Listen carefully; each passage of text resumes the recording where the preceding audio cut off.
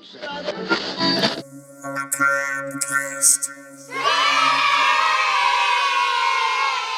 devil's on the loose and he's dancing with the mummy. Deep from the bowels of the Macabre Theater Laboratory, we bring you Macabre Cast.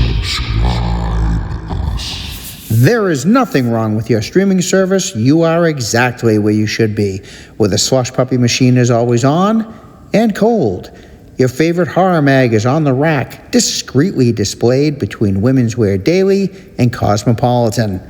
I'm your host, Dark Mark, along with my mold-riddled counterpart, Karis, the Little Mummy, here to bring you the latest episode of Macabre Cast, where we'll be dropping ours where they belong and adding them where they don't. Yeah! Newbies welcome, regulars welcome back, and worshippers, get out of here. Oh.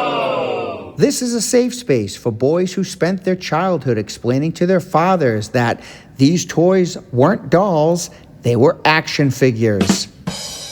If you haven't already, subscribe or follow this show on Spotify, YouTube, Apple Podcast, or TikTok, and tell a friend to do the same. Even that dude that proclaims Jason of the Friday the 13th franchise does not run. Please, watch parts 2 and 3 again. Yeah, that guy.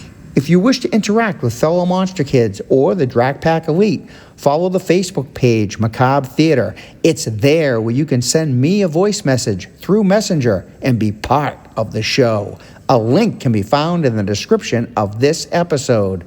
Macabre Cast, episode 147, in all its infinite glory, begins now. 5, 4, 3, 2, 1. 0. Doro il cast macabre.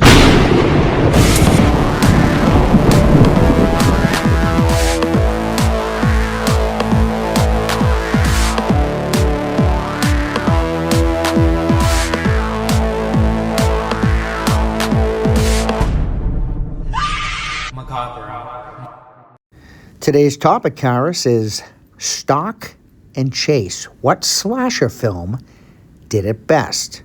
What scene sticks out in your memory? I'm thinking more and more that I should be doing a podcast that talks about heavy metal. Really, Karis?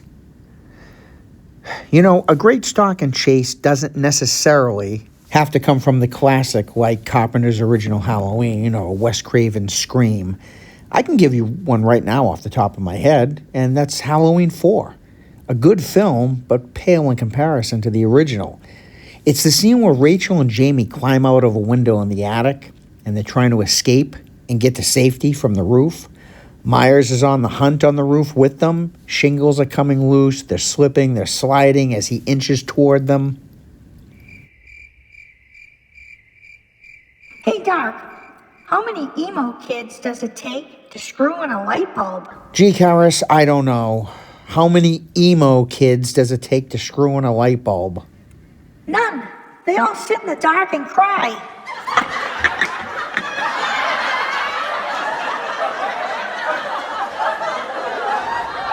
And on that note, it's time for horror news.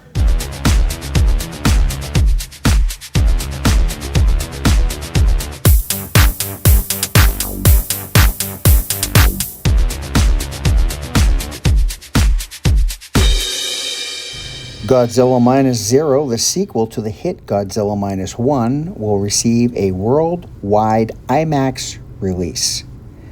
David Sandberg, the director of Lights Out and Annabelle Creation, is set to direct a film called A Little Slice of Hell. Dracula, A Love Tale gets a digital release March 10th, 2026, and Damien Leone plans for pre-production on Terrifier 4 this spring. And that's it for horror news.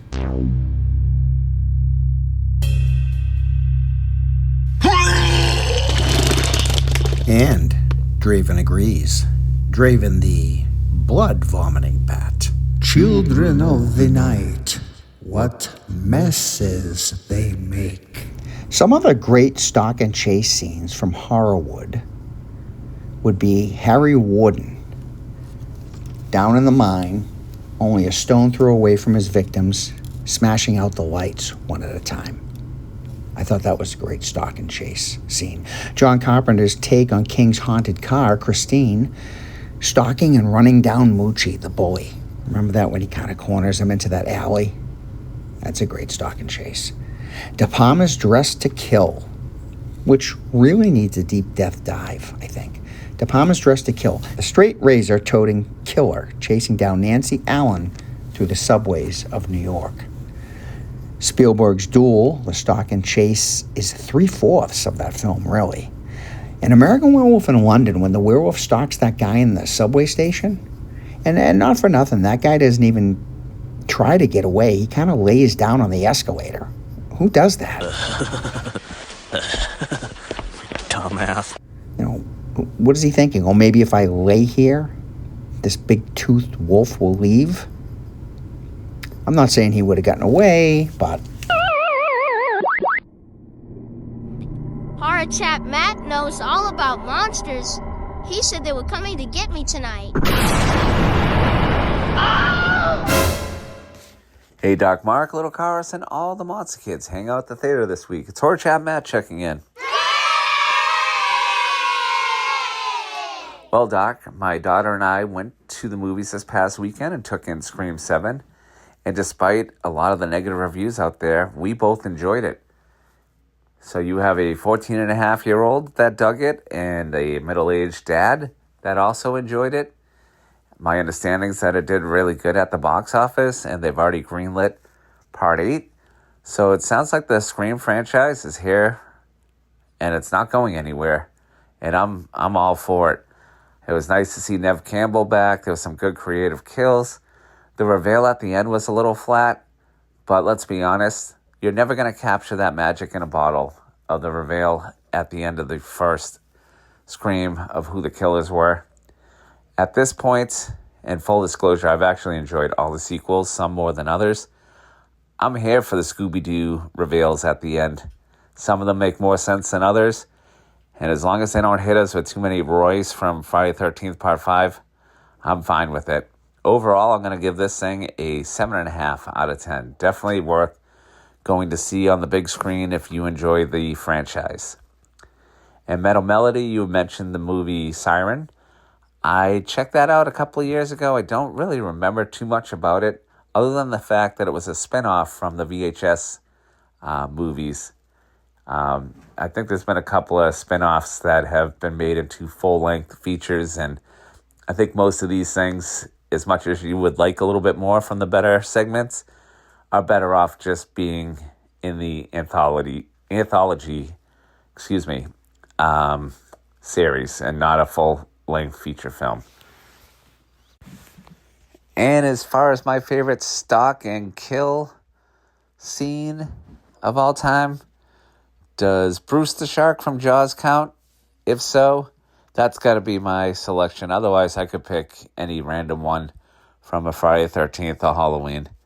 But yeah, I'm going to stick with Bruce the Shark, hunting down the 3 main characters on the Orca in Jaws. As always, Stark, make mine Macabrecast. Yes, you know, Horror Chat, I've been hearing a lot of negativity about Scream 7. 6, 7. No, Scream 7, not 6, 7. And I do plan to venture out this weekend and see it in theaters and then review it on episode 148. But good to know that you had a good time and enjoyed it. And as far as Friday the 13th Part 5, slow your roll, because as much as I kind of hated it back in the day, because I looked at it as, is it live or is it Jason? I now have a newfound love for that film. It's really a retelling of Part 1, only instead of a mommy's revenge, it's a daddy's. And the first 5 films, as I've said, all have the look, feel, and smell that everything from 6 on just can't capture.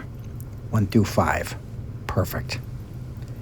Or 1 through 4, perfect if you want to just keep it in the Jason universe. Jaws, being your favorite stalk and chase, I'm 100%. I can see that. Absolutely. Best stalk and chase, Jaws. Yes. Always great to hear from you, Horror Chat, and we hope to hear from you again soon. So again, I sit down with Jack-O-Lantern and Laura Horror to check out one of the newer movies that I'm behind on, and that's The Strangers Chapter 2.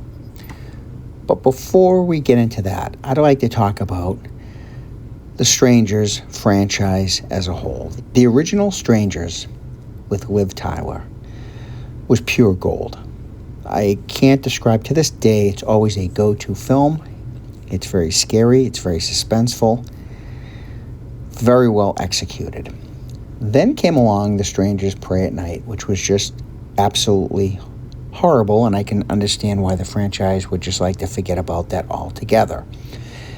Then they make the conscious decision to reboot the whole franchise.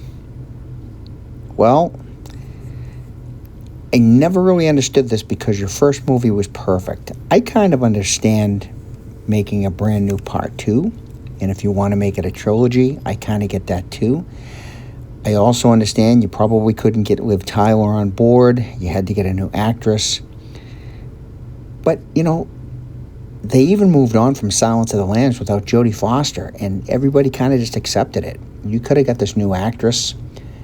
She could have been the Liv Tyler part, and more than likely we would have accepted this. I just felt the remake of the original was so unnecessary. And I get it. There were certain avenues they wanted to go down that was going to help them out with their trilogy. I just feel they could have skipped that completely and just made a sequel.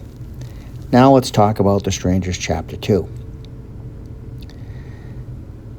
The Strangers Chapter 2 is as middle movie as they come.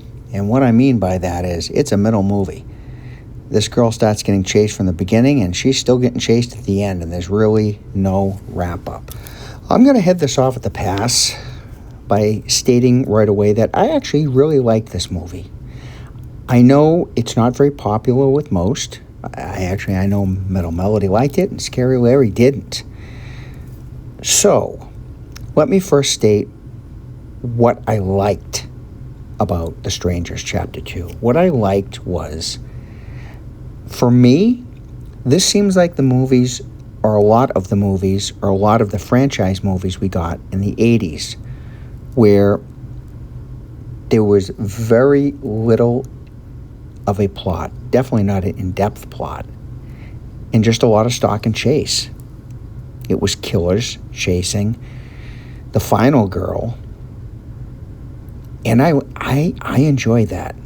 Sometimes I don't need them to reinvent the atom. I just want to enjoy a good slasher film.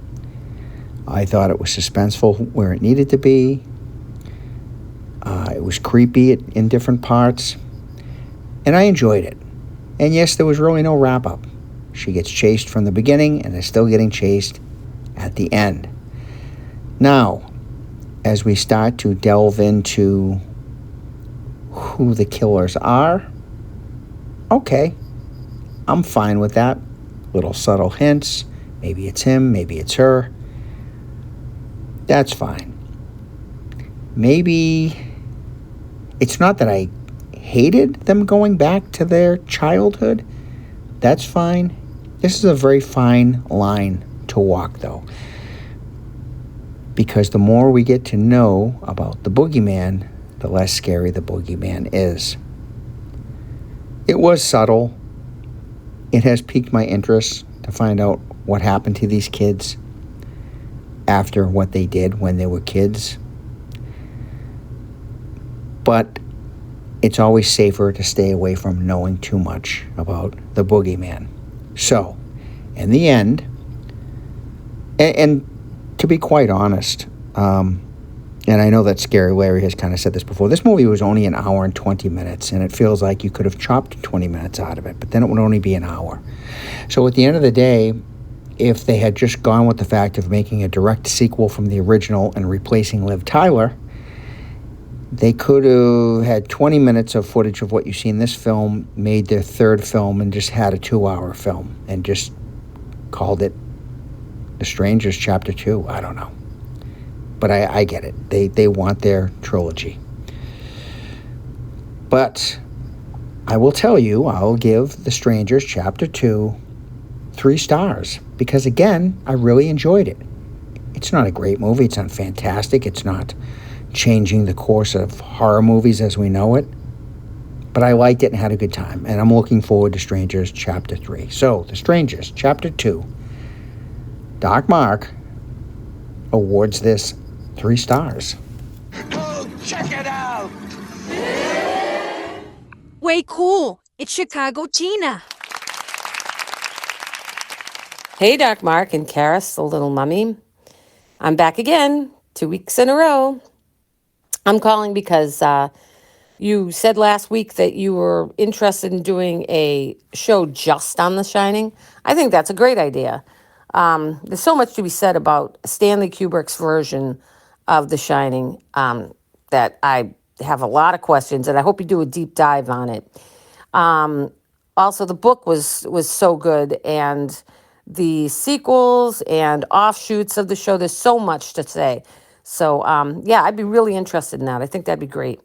Also, my favorite stalk and chase scene just happens to be from The Shining. Not so much when Jack is chasing his wife, but when Jack Torrance is chasing his son through the snow. That is my favorite stalk and chase scene. And except for, of course, Halloween, but I think Halloween is mostly because the music in Halloween really was perfect for stalk and chase.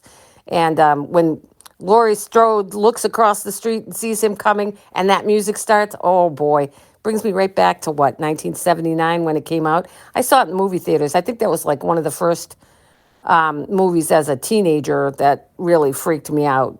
But anyway, also I wanted to call and say I was really happy to see that Michael B. Jordan won the SAG Award for Best Actor for Sinners.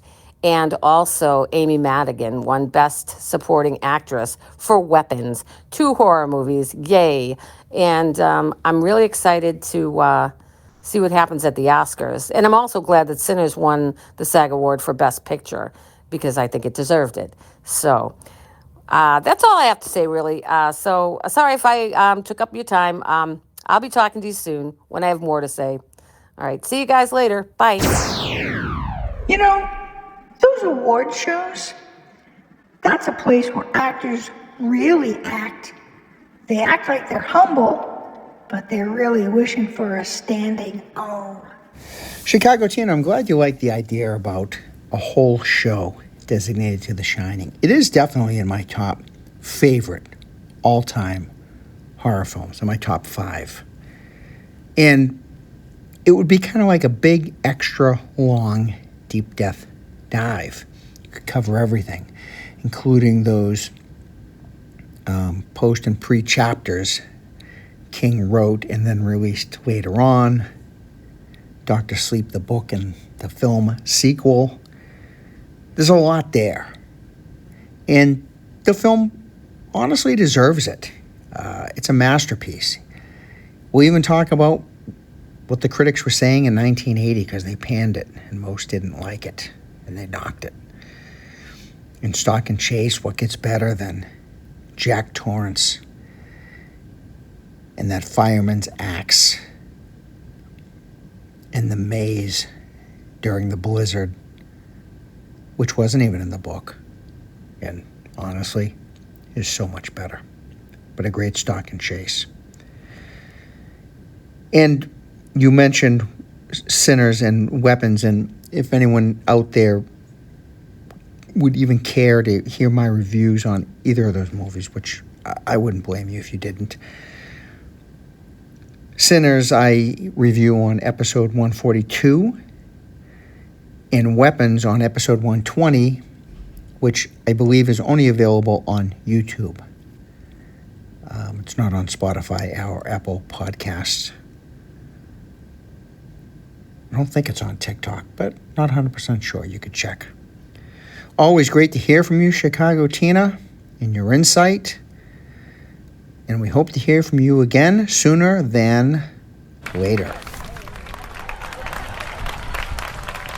And now it's time for a real world horror.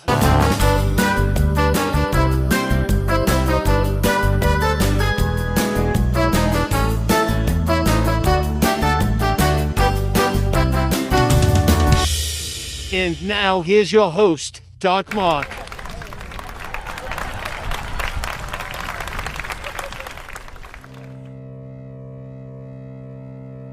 (1987) in Goiânia, the largest city in central West Brazil, there was a radiological disaster. A private radiotherapy clinic relocated and left behind a chloride source. 2 men removed the equipment and sold it to a junkyard where it was dismantled. This released a radioactive powder that glowed blue. The owner of the junkyard noticed the blue glow. Thinking it was something of value or even supernatural, he brought it to his house. Over the next week, he invited friends and family to view the strange glowing powder. Everyone who came in contact with the strange substance became severely ill. The radioactive sickness spread to 130,000 people, and hospitals became overwhelmed. Even though so many became sick, there were only 4 deaths, 3 adults and a 6-year-old child. Time magazine notes this incident as the world's worst nuclear disaster. Topsoil had to be removed from several sites. Many homes were demolished. Objects removed from those houses were examined. If found free of radioactivity, they were wrapped in plastic bags. Items contaminated were either decontaminated or disposed of. In this tale of terror, the killer was created by curiosity. Tune in next time to Real World Horror with Dark Mark.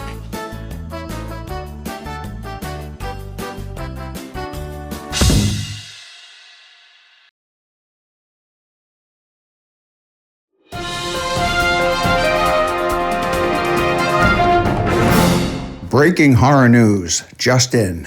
Kevin Williamson, director of Scream 7. 6, 7. That's Scream 7, not 6, 7. Is developing a television series that takes place in the world of the Universal monsters, Frankenstein, Dracula, and the Wolfman. That's Kevin Williamson developing a series based on the Universal classic monsters.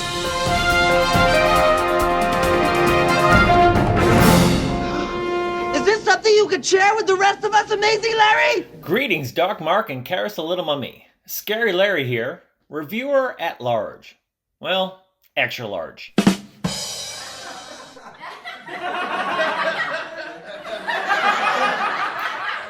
Hey Karis, have you seen Stevie Wonder's new shoes? Well, neither has he.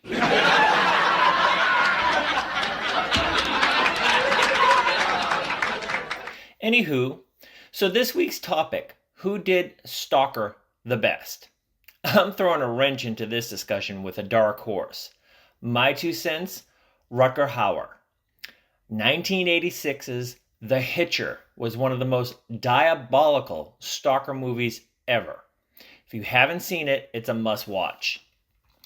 Rutger plays a serial killer who targets his victims as a hitchhiker.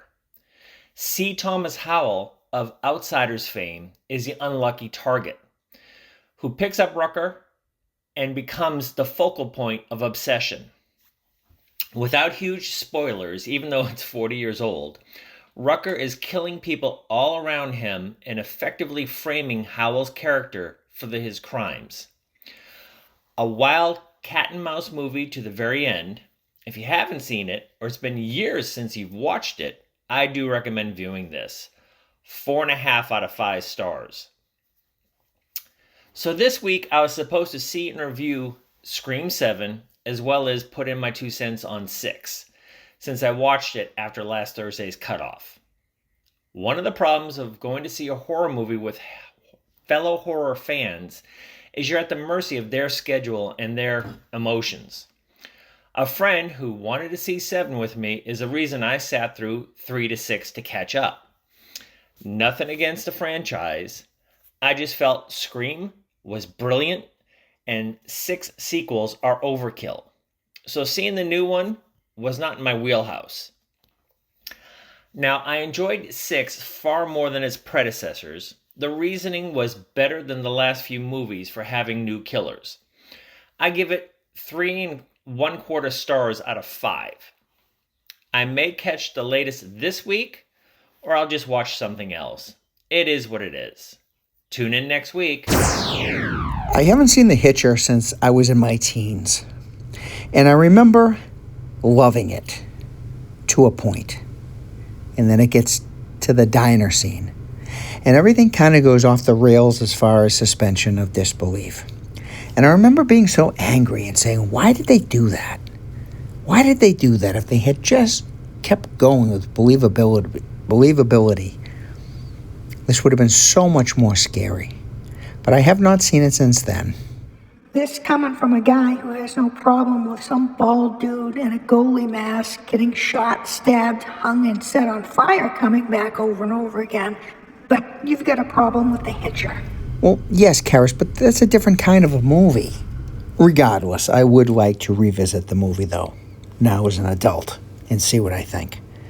And as far as, Scream 7... 6, 7.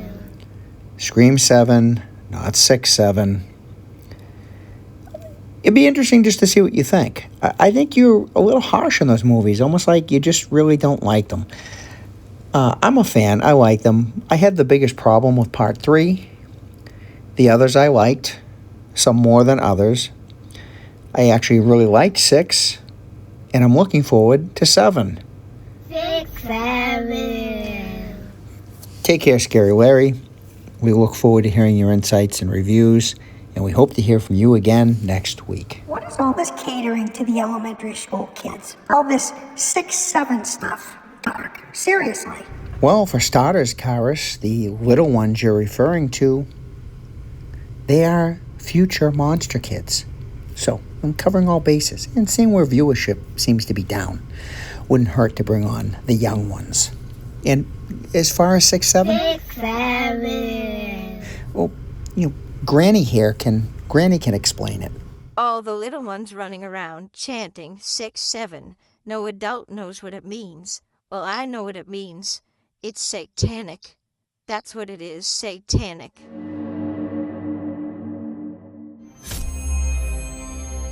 Don't touch that dial, monster kids. Yeah, you don't know where it's been. Pipe down. It's almost time for the final thought. Not quite, bro. Not before. Cobwebbed classics. Ooh, yeah. Cobwebbed classics.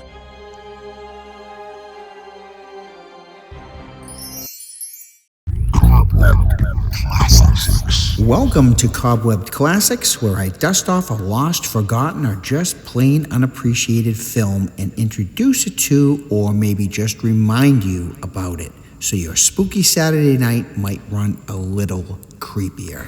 This week's Cobwebbed Classic is 1960's The Fall of the House of Usher, directed by Roger Corman, starring Vincent Price, Mark Damon, and Myrna Fahey. After reviewing The Pit and Pendulum on episode 146, I had to have more, so I continued forth with The Fall of the House of Usher. Philip Winthrop goes to his fiancée Madeline's home in hopes of whisking her away and starting a life together. But he could not have been more unwelcomed. As her brother Roderick explains, the family of Ushers is cursed, and they suffer from a hereditary sickness of physical fatigue and impairment. Philip, though, insists on staying the night, much to the reluctantness of Roderick. The house is deteriorating, much like the Usher's supposed ailment. Lavish colors and gothic set pieces rule the day in this film, much like The Pit and Pendulum. Roger Corman found out that there was an old abandoned barn that was scheduled to be demolished. He made a deal with all involved, and they allowed him to burn it down at night and film it. The footage was so fantastic, it was not only used in this film, but later Poe adaptations. This film was the first of 8 Poe films he would create. Vincent Price dyed his hair blonde and shaved his mustache for the role of Roderick Usher. To say he is phenomenal in this role would be an understatement. This was Myrna Fahey's first leading role and last feature film. The remainder of her career was in television. Again, like The Pit and the Pendulum, Richard Matheson was the writer who expanded Edgar Allan Poe's story to feature length. Taglines for this gem are as follows. He had buried her alive in the tomb, and now she haunts him with a shrieking madness. Edgar Allan Poe's classic tale of the ungodly, the evil House of Usher. 1960's The Fall of the House of Usher is this week's Cobwebbed Classics. The following program is rated TV MALV. It contains strong language and violence. It is intended only for mature audiences. Metal Melody. Hello, Doc, Mark, Kara's Little Mummy, and all the Macabre fans tuning in. This is Metal Melody.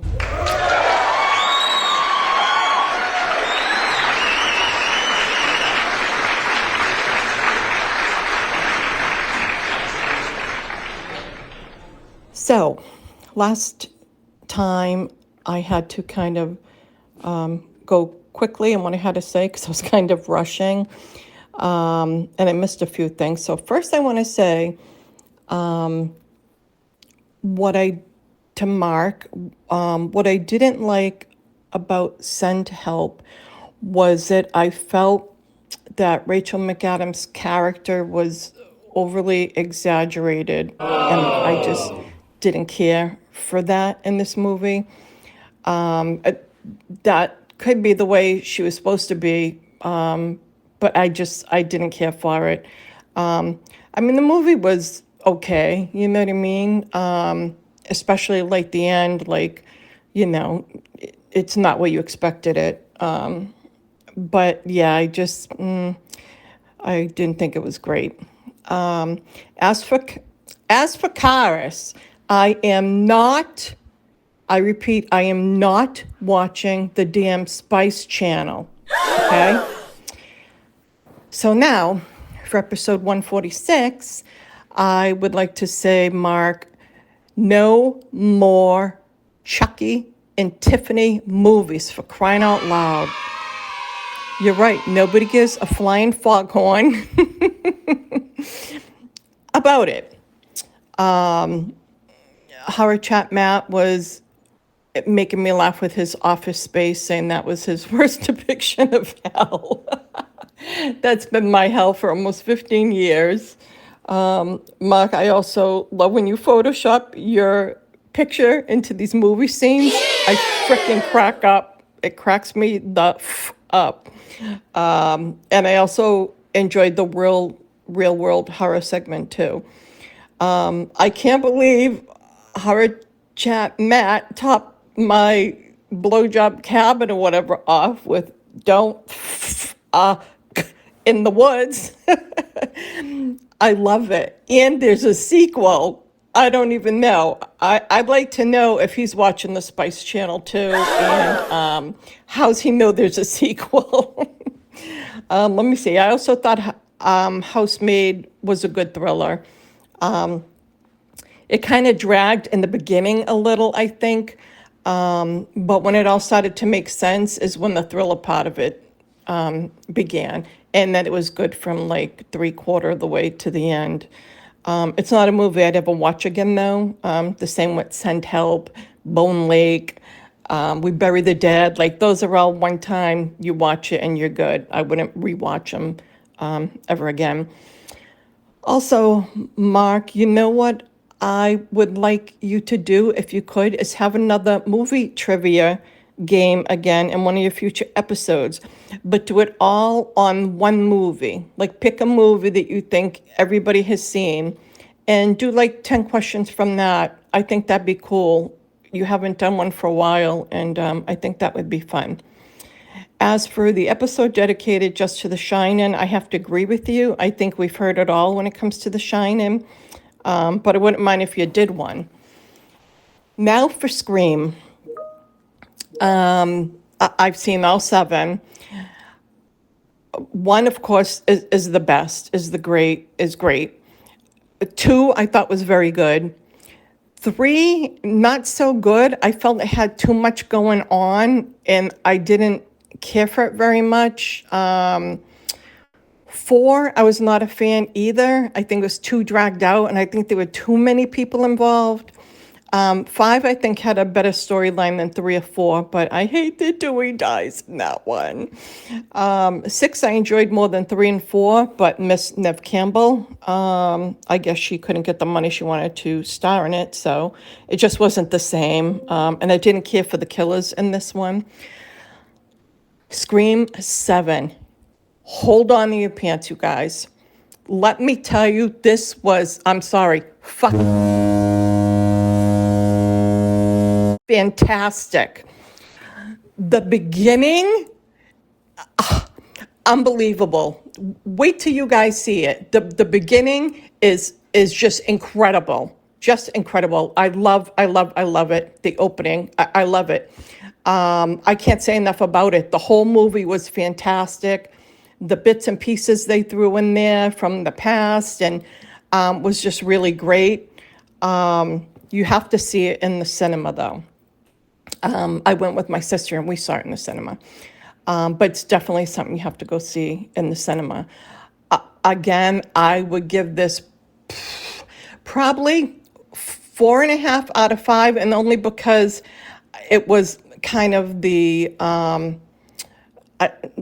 motive for the killings and the plot I didn't care very much for. But yeah, wow, just as much as I loved Bone Temple, the same thing. Just, you have to see it. And as for the topic, lastly, for this episode, the best stalker chase movies, there are so many, but I have a couple that stand out in my mind, and one of them is Unhinged with Russell Crowe, because the way he frickin' stalked and chased that mother like a mother effing madman was insane, okay?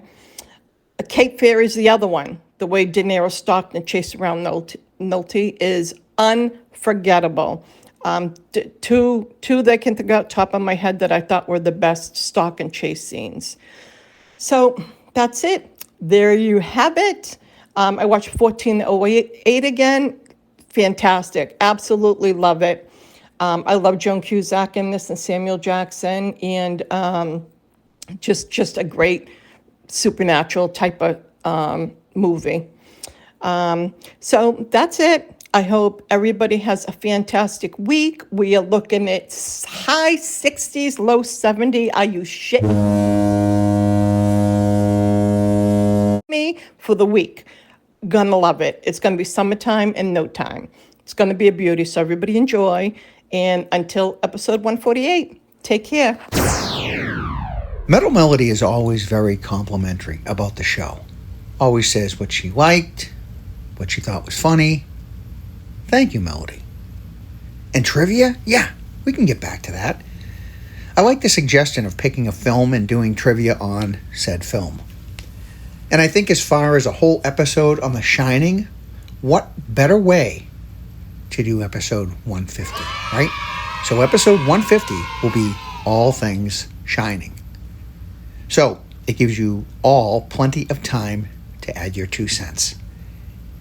I do a whole ranking of the Scream films with the exception of 7 on episode 46, which presently can only be found on YouTube.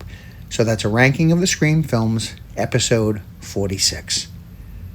Cape Fear, by the way, is a Laura Horror favorite. So great hearing from you, Metal Melody, and we hope to hear from you again next week. Still wondering when we're going to get a review on Handy Mandy's Funtime Cabin. Bye, Melody. Goditi questo episodio de Cast Macabre. Thank you, Maria Monstalia, for telling our Italian friends to enjoy this episode of Macabre Cast.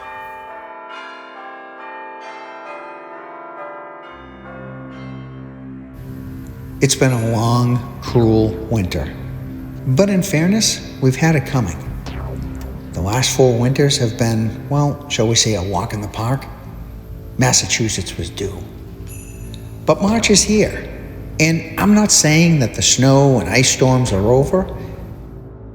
God knows we've been pummeled before in April, but spring is on the horizon, and will be here sooner than you think. Time flies, whether you're having fun or not. I guess that's how it seems like only yesterday I was in my 20s with the world in front of me and all the time you could ever want. Time is a hard, invisible lesson. Robert Brault said, "Enjoy the little things, for one day you may look back and realize they were the big things." Ghoul night, monster kids. Beware the moon. Keep clear of the moors. But most of all, remember, be good to yourself. This is Dark Mark, signing off. See you soon, I hope. This is a Macabre Theater production. Subscribe us. 6, 7.